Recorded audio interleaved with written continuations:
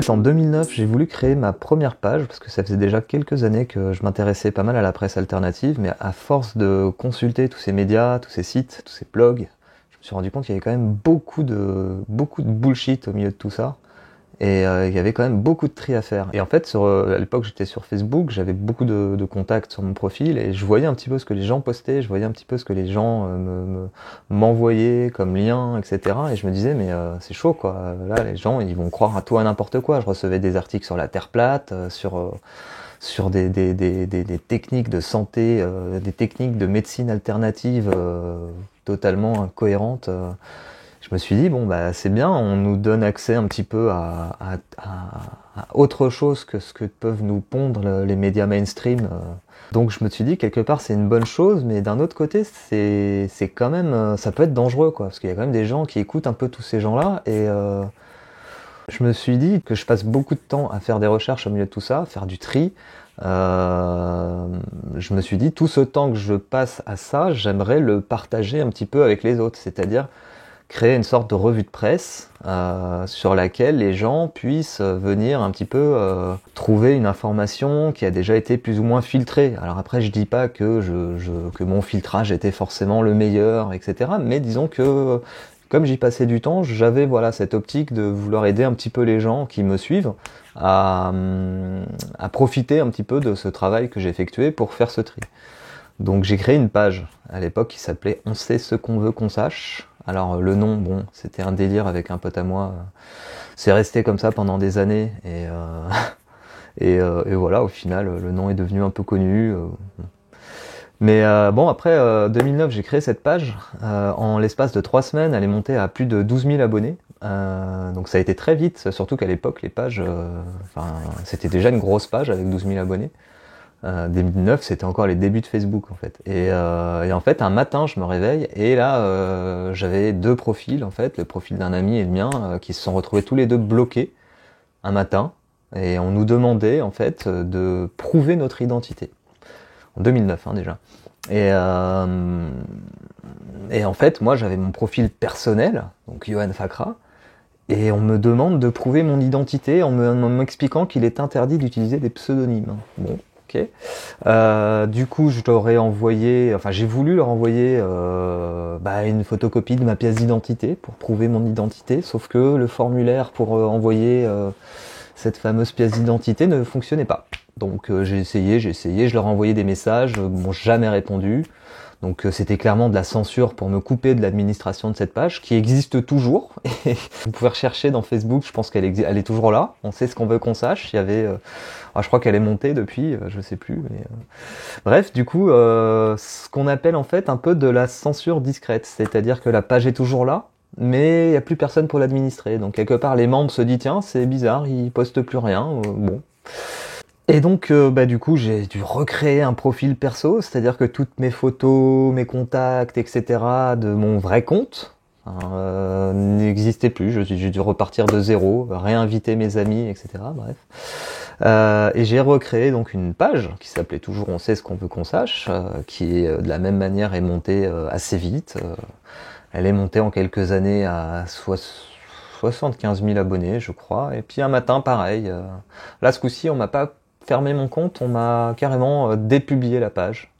Donc sans m'invoquer des raisons particulières, etc. Bon, pareil, rebelote, j'ai dû recréer une page. Ça m'est arrivé 3 ou 4 fois, ça en tout, en 10 ans. Donc voilà, je sais pas ce qui pouvait déranger particulièrement sur ma page, sachant qu'il y a des centaines, des milliers de pages qui postent des choses... Voilà, il y a des gens qui parlent des Illuminati reptiliens, il y en a qui parlent de la Terre plate, il y en a qui parlent de tout et n'importe quoi. Moi, j'ai essayé de faire un travail sérieux, de faire un tri, une vraie sélection parmi un petit peu toute cette presse alternative. Et j'ai essayé de faire un minimum de travail de recherche par rapport aux choses qui étaient postées. Et j'ai essayé de poster vraiment des choses qui tenaient la route, quoi. Des choses où il y avait un minimum de preuves, un minimum de sources. Enfin voilà, donc je faisais ce tri pendant quelques années. Donc j'imagine que c'est peut-être la raison pour laquelle j'étais aussi ciblé par la censure. c'est que au final, je devais déranger un petit peu plus que d'autres pages, j'imagine, parce que je faisais cette sélection. Je sais pas, mais en tout cas, voilà, il y a eu cet acharnement contre moi pendant des années, et j'ai envie de dire, c'est pas le sujet. C'est la raison pour laquelle je vous raconte un peu tout ça, c'est que, voilà, en 2015, fin 2015, j'ai créé mon premier blog. Ça s'appelait on sait ce qu'on veut qu'on sache.com. J'avais pas mal de membres sur ma page en fait qui me disaient que qu'ils étaient hyper intéressés par ce que je postais, mais que je postais beaucoup de liens tous les jours. Enfin voilà, ça me prenait pas mal de temps à l'époque, c'était vraiment ma passion quoi. Et ils me disaient que c'était compliqué, qu'ils avaient vu passer 3-4 jours avant ou une semaine avant un lien qui les avait intéressés, mais pour les retrouver à chaque fois ils galéraient, il fallait remonter dans le fil. Et à l'époque Facebook était pas aussi bien foutu que maintenant, mais bon. Et ça m'a motivé un petit peu à créer un blog en fait. Je me suis dit je vais centraliser tous les articles que je poste sur ma page sur un blog. Donc j'ai créé ce blog et puis je repostais en fait ces articles sur ce blog avec des catégories, avec un moteur de recherche, etc. Ce qui permettait un petit peu aux gens qui me suivaient de pouvoir retrouver facilement tous les contenus que je pouvais poster. Et en fait, ce blog, il s'est vite retrouvé censuré en fait sur Facebook, c'est-à-dire que au bout d'un certain temps, les gens ne voyaient plus les articles que je postais. C'est-à-dire que tout ce qui venait de on sait ce qu'on veut qu'on sache.com se retrouvait un petit peu invisible sur Facebook, c'est-à-dire que les gens ne les voyaient plus. Donc ça, c'est ce que j'appelle aussi de la censure discrète, c'est-à-dire que je suis toujours là, la page existe toujours, par contre ce que je poste, plus personne le voit. Bon, et c'était vraiment lié à l'URL on sait ce qu'on veut qu'on sache.com. Donc je me suis dit tiens, je vais essayer de changer d'URL, changer de nom de domaine, je vais passer à on sait ce qu'on veut qu'on sache.fr. Et bizarrement, le trafic a commencé à remonter, les gens ont commencé à revoir mes publications, ça a duré comme ça pendant quelques mois. Et puis un jour, pareil. En l'espace du jour au lendemain, en fait, plus personne ne voyait mes publications. Bon. À côté de ça, t'avais des sites d'extrême droite ou des sites qui prônaient la violence ou autres. Eux, ils avaient une visibilité totale sur Facebook. Mais par contre, mon site à moi, apparemment, il dérangeait. Bon, pourquoi pas. Et à l'époque, en fait, je vivais un peu de ces revenus publicitaires. Enfin, ça me permettait de vivre. J'étais pas riche, hein, mais bon, ça me permettait en tout cas de payer mon loyer et voilà, c'est un boulot, quoi. Je veux dire, j'y passais mes journées. Ce travail de sélection, de revue de presse, en fait, c'est quand même du taf. Je sais pas si les gens se rendent compte. Quand tu vois la quantité de choses qui circulent sur Internet tous les jours, faut faire du tri, hein, parce que voilà, il y a vraiment de tout et n'importe quoi.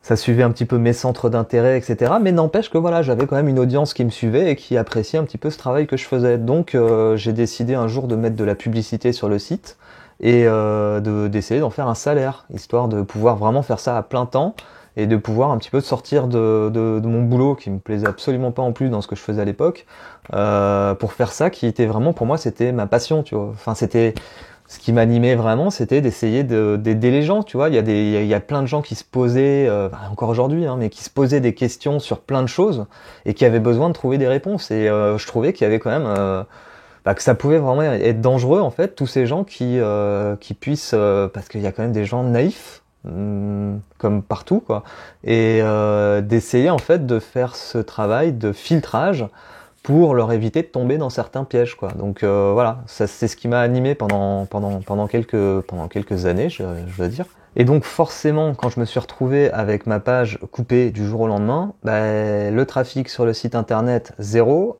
et les revenus du coup zéro aussi. Enfin, c'était un petit peu problématique quand même parce que moi voilà, j'ai quand même une famille à nourrir, j'ai un loyer à payer comme tout le monde, quoi. Et en fait, je m'étais quand même mis dans cette situation-là dans un but d'essayer d'aider les gens. Et franchement, c'était pas pour gagner de l'argent parce que vu ce que je gagnais mieux quand je faisais mon boulot avant. Donc voilà, c'est pas pour l'aspect pécunier que je me suis mis à faire ça. Et donc je me suis retrouvé à devoir trouver des solutions parce que j'avais décidé d'arrêter mon boulot pour faire ça à plein temps et là je me retrouvais du jour au lendemain avec les revenus complètement coupés. Donc sachant qu'il y a un décalage quand même entre les revenus publicitaires, entre le moment où on produit les revenus publicitaires et au moment où on les touche, j'avais à peu près 2 mois en fait pour voir venir.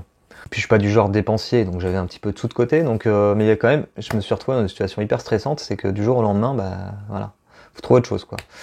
j'avais quand même réussi à fidéliser une certaine audience, mais c'était pas suffisant. Enfin, faut dire ce qui est. 80% du trafic, il vient des réseaux sociaux, quoi. Et donc, il fallait que je trouve des solutions pour essayer de relancer un petit peu mon activité, le trafic sur mon blog, assez vite, parce que j'avais pas beaucoup de temps devant moi financièrement. Et m'est venue l'idée en fait de faire des partenariats avec d'autres pages en fait sur les réseaux sociaux, enfin sur Facebook principalement. En gros, l'idée c'était de mettre en place une sorte de partage des revenus. Eux publiaient mes articles et je leur reversais à peu près 70% des revenus. Et ce qui m'a permis de recréer un salaire suffisant assez vite en fait. Et en fait, cette histoire, donc à vouloir me couper les vivres, à vouloir me censurer, ça m'a donné une idée. C'est-à-dire que je me suis dit, mais ce partage, ce partage de revenus entre différentes pages des différents acteurs des réseaux sociaux, ça m'a donné une idée, c'est de créer en fait une plateforme. Une plateforme qui permette de faire ça en fait, une plateforme où des gens puissent venir en fait créer des contenus, que ce soit vidéo, texte, des blogs, et que en fait les différents acteurs inscrits sur la plateforme qui font partie des réseaux sociaux puissent venir sélectionner les contenus qui leur plaisent pour les reposter à leur audience, quoi. Et donc j'ai fait ça, à l'époque, j'avais un peu de sous de côté parce que j'avais monté une boîte en fait quelques années avant et je suis parti, j'ai revendu mes parts, etc. Donc j'avais un petit peu d'argent de côté, donc j'ai réinvesti cet argent pour créer cette plateforme. Enfin, en tout cas, une version vraiment bêta, mais qui soit fonctionnelle. Et donc j'ai commencé à mettre ça en place en fait. Donc j'avais plusieurs auteurs qui venaient sur cette plateforme. C'était une version complètement bêta, elle n'était même pas rendue publique. Mais ça permettait en fait de pouvoir créer des blogs et ça permettait à des pages de venir partager les contenus, quoi, de sélectionner les contenus, de les diffuser. Et puis moi j'avais tout un outil. Alors à l'époque on faisait tout à la main, on allait vérifier les statistiques tous les jours avec des tableaux Excel. On regardait ça sur Google Analytics et bon voilà, on avait automatisé quelques trucs quand même, mais bon ça nous prenait quand même quelques heures tous les jours juste pour remonter les statistiques, donc c'était du taf. Mais voilà, donc ça tournait, quoi, ça fonctionnait bien et j'avais je sais pas, des grosses pages, quoi. Et en tout il devait y avoir plusieurs millions d'abonnés en tout qui voyaient les publications de Mediablogueur. C'était le nom que j'avais donné à la plateforme. Et j'avais de plus en plus d'auteurs en fait qui venaient sur la plateforme. Et en fait, ce qui s'est passé, c'est que Facebook a commencé à censurer, comme il l'avait déjà fait le coup avant, à censurer les différents noms de domaine en fait qui étaient sur la plateforme. Alors je sais pas comment ils s'y prenaient. Tous les noms de domaine n'étaient pas censurés, mais un, puis l'autre, puis ainsi de suite. Et je pense que c'est du fait que il commençait à y avoir de plus en plus de pages qui repostaient ces contenus, et il y avait certains blogs qui marchaient plus que d'autres, tout ce qui parle d'un petit peu de complot, de dénonciation, de politique, forcément ça marche mieux que ce qui parle des chatons. Enfin remarque, les chatons ça marche bien, mais bon j'avais pas de blog de chatons, mais disons que voilà, il y a certains sujets qui marchent mieux que d'autres, et c'est pas forcément les sujets qui plaisent à certains. Et donc les noms de domaine se sont retrouvés vite censurés, et il a fallu que je trouve des solutions parce que j'avais du monde derrière, j'avais des partenaires qui au final qui gagnaient un petit peu leur vie grâce à cette plateforme. Et en fait j'ai trouvé une solution pour contourner un petit peu le problème de cette censure. C'est que j'ai mis en place une sorte de script qui permettait en fait de dispatcher le trafic sur plein de noms de domaines différents. Donc en fait, les blogs existaient sous plein de versions. C'est une sorte de moulinette que j'ai créée techniquement, qui permettait de dupliquer les blogs en plein d'exemplaires. Et en fait, quand les gens cliquaient sur un lien, c'était pas le lien direct vers le nom du blog, c'était un lien vers ce script en fait. Et ce script en fait renvoyait derrière aléatoirement sur une dizaine d'URL différentes. Et du coup, ça permettait à ce que le fait qu'il y ait beaucoup de trafic sur ces blogs, ça soit que ça soit plus discret, quoi. Donc du coup, pendant près d'un an, ça a tourné comme ça a bien fonctionné. Et du coup, chaque copie des blogs générait un trafic moyen, donc ça attirait moins l'attention, quoi. Et c'est comme ça que j'ai un petit peu feinté Facebook, ou en tout cas ceux qui sont derrière la censure sur Facebook. Et comme ça, pendant un an, ça a tourné plutôt bien. Et je commençais à avoir un petit peu de plus en plus de partenaires sur la plateforme. J'ai eu des blogs d'humour, j'ai eu des blogs voilà, il y a pas mal de sujets. En tout, il y avait une quinzaine de blogs, hein, sur la plateforme, et il y avait 3 blogs sur lesquels qui étaient dupliqués, en fait. Donc en gros, en tout, ça faisait une trentaine de blogs. En vrai, il y en avait qu'une quinzaine. Et il y avait peut-être 3 blogs. Moi, à l'époque, je travaillais tellement sur le développement de cette plateforme, sur essayer de récupérer des financements pour faire développer le truc, etc., que, en fait, j'avais même plus le temps de m'occuper de mon blog. Donc mon blog, il était mis à l'arrêt. Et c'était vraiment des partenaires avec qui je travaillais qui tenaient les blogs. Mais bien sûr, enfin, je veux dire, c'était une version bêta, donc j'ai peut-être pas suffisamment réfléchi à l'époque, mais voilà, j'avais utilisé mon nom Yohan Fakra pour, derrière le compte publicitaire qui avait derrière tous ces blogs, c'était le même compte, et j'avais utilisé le même compte Google Analytics pour analyser le trafic sur une plateforme centralisée, et tous ces blogs en fait étaient sur mon compte, quoi. Et moi, je centralisais les revenus publicitaires au nom de ma société. Et ensuite, je reversais les parts de chacun, quoi. Je centralisais ça et les gens avaient accès à leurs statistiques tous les jours. Voilà, et ça s'est super bien passé. Et un matin, je reçois un mail d'un journaliste du Décodex, qui s'appelle maintenant les Décodeurs du Monde, Adrien Sénéca, qui prend contact avec moi pour me dire, voilà...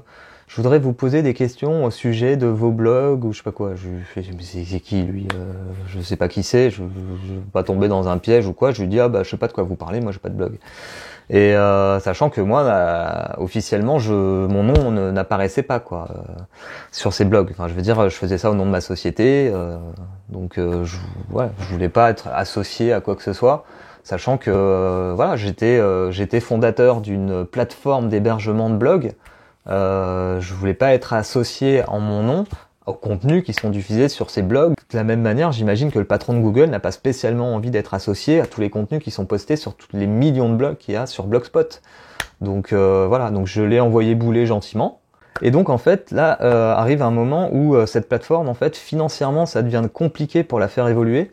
Donc en fait, j'avais décidé de lancer une campagne de crowdfunding. Donc j'avais contacté pas mal d'acteurs de la presse alternative. On en avait discuté, des noms assez gros de la presse alternative que je ne citerai pas ici, qui étaient prêts à me soutenir et prêts à diffuser en fait cette campagne. Et donc le 9 novembre 2018, j'ai posté en fait un article sur le site mediablogger.com qui présentait un petit peu le projet que j'étais en train de mettre en place et sur lequel j'avais déjà commencé à travailler depuis un petit moment déjà, dans le but de lancer une campagne de crowdfunding, parce que j'avais besoin de faire rentrer des financements pour réaliser ce projet, sachant que j'avais déjà essayé d'obtenir des subventions de l'État, de la BPI, etc. Donc mon business plan était nickel, tout était parfait, mais il me faisait toujours tourner en bourrique, etc. Et en fait, non, je pense que ce projet dérangeait, à l'époque où il y avait clairement une guerre anti-presse alternative, et que on voyait un petit peu la lutte anti-fake news qui faisait la une des médias, bon, et du coup c'était pas le bon contexte pour lancer ce projet. Bon, je me suis dit, je vais le financer par moi-même, je vais faire un crowdfunding, on va faire ça, j'ai pas besoin d'eux. Et donc j'ai posté cet article. J'étais en train de commencer à préparer un petit peu cette campagne de crowdfunding. À l'époque, je crois que c'était sur Ulule. Et donc ça, c'était le 9 novembre que j'ai posté cet article. Le 13 novembre, Le Monde poste un article diffamatoire à mon encontre. Yohan Fakra, l'homme à la tête du plus gros réseau de sites complotistes en France, en citant les noms de tous les sites qui font partie de la plateforme et en disant que moi tout seul, j'étais l'homme qui administrait tous ces sites. Donc en fait, moi, mes journées devaient faire, je sais pas, peut-être 200 heures pour pouvoir avoir le temps d'aller poster des contenus sur tous ces sites et faire ça 7 jours sur 7, ne jamais prendre de vacances. Non, c'était moi, Yohan Fakra, l'homme à la tête de tout ce réseau, et moi tout seul. Voilà. Derrière ces sites, un ingénieur informatique qui dénonce les manipulations des médias. Oui, j'ai passé des années à dénoncer les manipulations des médias, et je pense que je sais pas d'où sortent encore les gens qui n'ont pas encore constaté que les médias étaient manipulateurs. Il suffit de voir à qui ils appartiennent. Aujourd'hui, c'est 10 milliardaires qui possèdent l'intégralité des médias mainstream en France. Donc je suis un complotiste car je dénonce ça. Bon, si vous voulez, je plaide coupable. Donc en fait, moi j'avais complètement arrêté mon activité de blog et de ce que je faisais sur les réseaux sociaux depuis quelques années. Et j'avais mis à contribution mes pages pour participer un petit peu à Media Blogger en fait. C'est-à-dire que les contenus qui étaient postés sur les articles, moi j'avais passé des gens administrateurs un petit peu sur ces pages pour les gérer à ma place parce que j'avais pas le temps. Moi je travaillais sur le développement de ce projet et donc forcément j'avais plein de pages en fait. Donc j'en ai donné ou j'en ai prêté à certains de mes partenaires pour qu'ils continuent à travailler dessus. Et comme j'en avais certains qui démarraient, qui avaient très peu d'audience, je me suis dit moi je me sers plus de mon audience, donc vas-y utilise-la. Et donc on a renommé les pages pour qu'ils puissent l'utiliser pour poster leur contenu. Et bon bah forcément dans l'historique des changements de nom, mon nom apparaissait. J'avais une page par exemple, je l'avais appelée à l'époque je faisais de la photo, enfin j'en fais toujours, mais je veux dire à l'époque j'avais une page qui parlait de photographie et je l'avais appelée Johan Fakra photo ou je sais plus comment. Et dans l'historique des changements de nom, à la fin elle s'appelait Ça doit se savoir. Et ce journaliste Adrien Sénéca, en remontant un petit peu l'historique des changements de nom, est tombé sur Johan Fakra. Donc bah voilà, c'est la preuve, c'est lui, regardez, c'est écrit là. Donc dans sa superbe enquête, Monsieur Sénéca a découvert, chose qui n'était absolument pas cachée, que j'avais créé une société quelques années avant ça. Et bah, il a contacté mes anciens associés et il les a questionnés, etc. sur moi. Voilà, donc il a fait une très grande enquête. Et donc là, il a complètement inventé les échanges qu'il a eus avec ses anciens associés, qui soi-disant auraient dit que j'étais parti en quête de vérité. Il y a quand même mon adresse personnelle de chez moi, là où je vis avec ma famille, qui a été diffusée dans un article du Monde. Bon, en l'occurrence, entre-temps, j'ai déménagé, mais je veux dire, à l'époque, je recevais des appels anonymes, je recevais des menaces. Je suis même passé sur TF1, sur M6, qui parlait de moi en disant mon nom, en disant que j'étais l'homme derrière le plus grand réseau de sites complotistes en France. Moi, j'ai ma famille qui m'a contacté en me disant c'est quoi ce délire. J'ai des personnes qui ont arrêté de parler avec moi. Donc oui, ça m'a quand même porté préjudice cette histoire. C'est pas un petit article comme ça qui a été posté. Et, je veux dire, aujourd'hui, moi, si je fais n'importe quoi, on tape mon nom dans Google, on tombe sur 3 pages de résultats qui parlent de moi comme l'homme le plus gros complotiste de France, quoi. Donc à un moment, ouais, faut arrêter, quoi. Ces mecs-là peuvent se permettre de détruire l'image de n'importe qui. Et en plus, de manière diffamatoire. Je veux dire, c'est quand même grave, quoi. Moi, aujourd'hui, je veux dire, qu'on m'attribue à un complotiste, c'est presque une fierté. Mais quelque part, dans notre société, c'est pas vraiment le cas. Demain, si je veux aller chercher du boulot, je suis obligé de me justifier de pas être d'extrême droite, quoi. Je suis obligé de me justifier, parce que forcément, un recruteur, la première chose qu'il fait, c'est quoi? Il va taper le nom de la personne sur Google et il va regarder un petit peu sa vie, ce qu'il a fait, etc. Et là, sur quoi il tombe? Quand j'envoie une lettre de motivation aujourd'hui pour chercher du boulot, en gros, je suis obligé de mettre tout un pavé pour me justifier de ça, quoi. Bref, donc suite à cet article, moi, dans les jours qui ont suivi, en fait, j'ai été contacté par la plupart de mes régies publicitaires qui m'ont fermé mes comptes, qui en gros ne voulait pas être associé avec l'homme qui est derrière le plus grand réseau de sites complotistes en France. Donc tout le projet s'est arrêté en fait et tous les revenus en fait sont stoppés du jour au lendemain. J'ai dû complètement cesser ce projet. Et bon je vous avoue que ça m'a quand même mis une certaine claque. Donc moi je me suis un peu retiré pendant quelques mois. Je suis parti faire autre chose. Je suis parti me ressourcer en Inde quelques mois et m'occuper un petit peu de moi parce que ça faisait quand même quelques années que je donnais beaucoup de ma personne pour tout ça et voilà, j'avais quand même un petit peu besoin de passer un peu de temps pour moi, donc c'était une bonne occasion.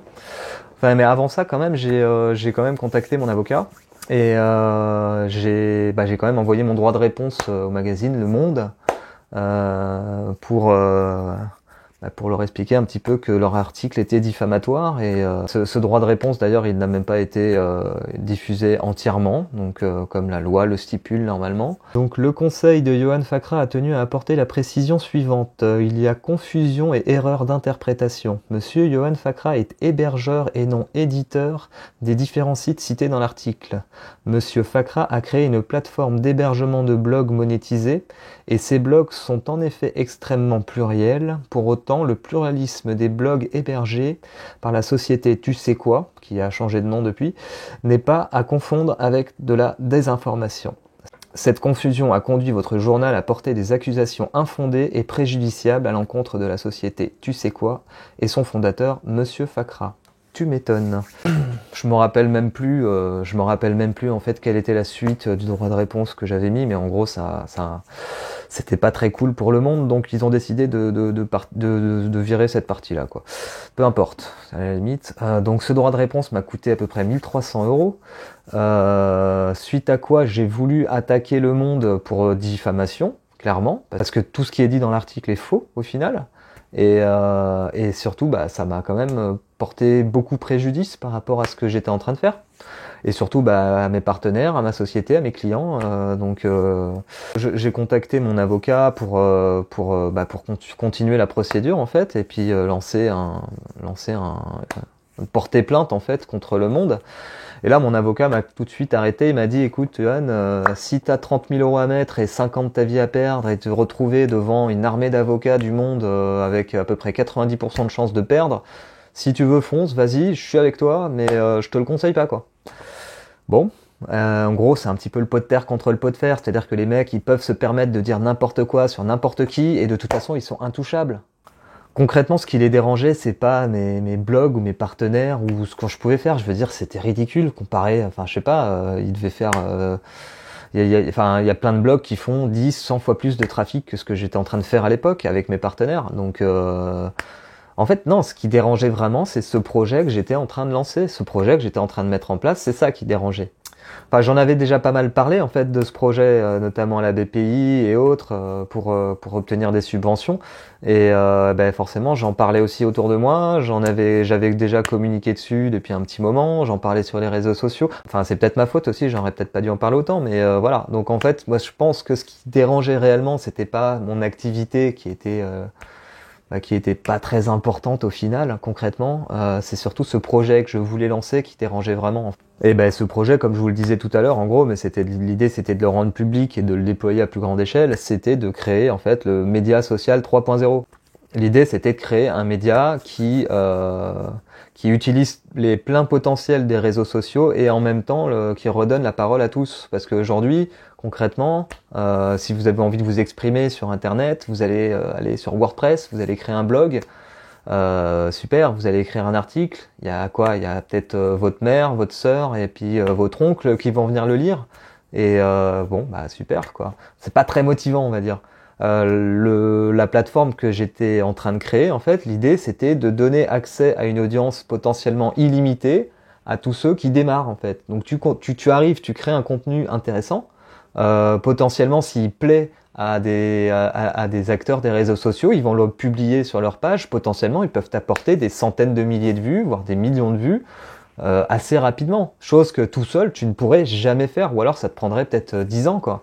Et donc voilà, moi l'idée c'était de redonner un petit peu la parole à tous, de permettre à chacun de pouvoir s'exprimer facilement, librement, et surtout d'avoir accès à une audience, quoi. Et par exemple de donner la parole à nos personnes âgées qui savent pas trop se servir d'un ordinateur, qui ont d'une richesse, tellement de choses à dire, à raconter. Donc l'idée c'était de faire une interface vraiment la plus simple possible, que n'importe qui, même un enfant, pourrait utiliser pour t'écris ton contenu, tu mets ton image, hop, tu postes, voilà, c'est publié. Et à la fois de remettre un petit peu le lecteur au cœur de l'actualité, au cœur du contenu. C'est-à-dire que aujourd'hui, à l'époque, encore plus aujourd'hui, les gens sont complètement un petit peu noyés au milieu d'une presse mainstream qui raconte un petit peu ce qu'elle a envie de raconter, on sait à qui elle appartient. Donc c'est un petit peu biaisé, j'ai envie de dire. De l'autre côté, on a la presse alternative, il y a de tout, il y a n'importe quoi dessus à la fois. Les gens sont complètement perdus au milieu de tout ça, limite au bout d'un moment, ils se finissent par se désintéresser, ils voient que d'un côté on leur ment, de l'autre côté, oh là là, la Terre plate, attends, les Illuminati qui vivent dans la Terre plate, et bref, les gens se retrouvent complètement perdus là-dedans. Et au final, il y a une perte de confiance globale qui s'est mise en place. Et ben, les gens, plutôt que de plus savoir où aller ou de savoir qu'on leur raconte des bobards à longueur de journée, ils se sont mis à plus s'intéresser à rien en fait. L'idée de ce projet, c'était un petit peu de remettre un petit peu ces gens, enfin tout le monde, au cœur de l'actualité, d'utiliser un petit peu, de faire une sorte de décodex mais démocratique en gros, de faire une sorte de média vérificateur de l'information mais qui soit démocratique. C'est-à-dire que l'intégralité des gens qui vont lire un contenu vont pouvoir lui attribuer des notes, et la moyenne de ces notes va générer en fait un indice de confiance sur chaque contenu et permettre de mettre en avant ces contenus qui avaient été bien notés par les lecteurs pour qu'ils soient plus facilement publiés par les réseaux sociaux. En gros, une sorte de cercle vertueux de l'information. Et donc l'idée c'était pour les lecteurs de mettre en place une sorte pas d'intelligence artificielle mais de système en fait auto-apprenant où en fait comme un réseau social chacun arrive connecté à son compte comme s'il tombait sur je sais pas moi sur libération.fr ou sur n'importe quel site en fait avec des contenus médiatiques et qu'en fait ces contenus s'adaptent en fait à chacun et que le site en fait apprenne à connaître chacun de ses utilisateurs et lui remonte à force qu'il apprenne à force qu'il apprend à le connaître en fait l'idée c'était de lui remonter des contenus les plus adaptés à ce qu'il a l'habitude de lire mais surtout l'idée c'était de centraliser sur un même média des contenus qui peuvent venir en fait de toutes les sources possibles, donc sur le même sujet avoir une infinité de points de vue différents. Par exemple, je sais pas moi, on parle de la guerre en Syrie à l'époque, eh bien tu vas sur Libération ou sur l'Humanité, tu auras la version de Libération, le point de vue de l'Humanité, mais voilà, c'est tout. Si tu lis un média, en gros, t'as un point de vue, quoi. Donc au niveau pluralité d'opinion pour pouvoir se faire une idée, c'est un peu limite. Là, l'idée, c'était vraiment d'avoir un maximum de points de vue sur chaque sujet et de pouvoir permettre à chaque lecteur, en gros, de se faire une opinion la plus large possible. Et ça, forcément, quand on vit dans un monde où tout est centralisé, où toute la presse appartient qu'à quelques milliardaires, et qu'on vit dans un monde de la pensée unique, où un seul point de vue est exprimé aujourd'hui sur tous les médias, quasiment, ils disent tous la même chose, quoi. C'est du copier-coller des dépêches de l'AFP, je veux dire, il y a plus vraiment de point de vue qui est donné dans la presse aujourd'hui, enfin, ou alors c'est toujours le même, quoi. Et je pense que ce projet qui permettait enfin aux gens d'avoir accès à une vraie pluralité de l'information, ça dérangeait un petit peu. Et je pense que même aujourd'hui, ça dérangerait encore beaucoup. Et je pense que c'est surtout ça qui a dérangé, je sais pas qui, je ne nommerai personne, mais en tout cas qui a fait que je me suis fait attaquer comme par hasard quelques jours après la publication de cet article qui présentait mon projet et à peine 2-3 mois avant la sortie, le lancement officiel de ce projet. Voilà, je pense que c'est surtout ça qui dérangeait. Et c'est un petit peu les raisons pour lesquelles je me suis fait attaquer à ce moment-là. Le timing était juste parfait en fait. Mais ce projet est toujours d'actualité. Et après avoir pris un peu plus d'1 an de pause pour me recentrer un petit peu sur moi-même, pour régler pas mal de problèmes familiaux et autres, etc., chose que j'avais un petit peu mis de côté depuis quelques années pour faire un petit peu tout ce que j'ai fait, parce qu'au final, dans ma vie, je me suis quand même beaucoup mis de côté pour essayer de réaliser des choses, parce que je considère que la vie, l'intérêt de vivre, c'est d'essayer d'aider, d'essayer d'apporter quelque chose, d'essayer d'améliorer des choses. Enfin ça, moi, c'est ma conception de la vie. Tout le monde n'a pas forcément la même, en tout cas c'est la mienne. Et voilà, donc je me suis quand même beaucoup mis de côté pendant pas mal d'années. Donc voilà, j'ai passé du temps pour moi pendant 1 an, ça m'a fait du bien. Ça m'a permis de me retrouver, de me recentrer, de grandir et de repartir sur des bonnes bases en fait. Et me revoilà d'attaque. Donc d'ici peu de temps, je pense que vous allez entendre parler de nouveau de ce projet. Et je pense que je vais enfin pouvoir lancer cette campagne de crowdfunding. Et voilà.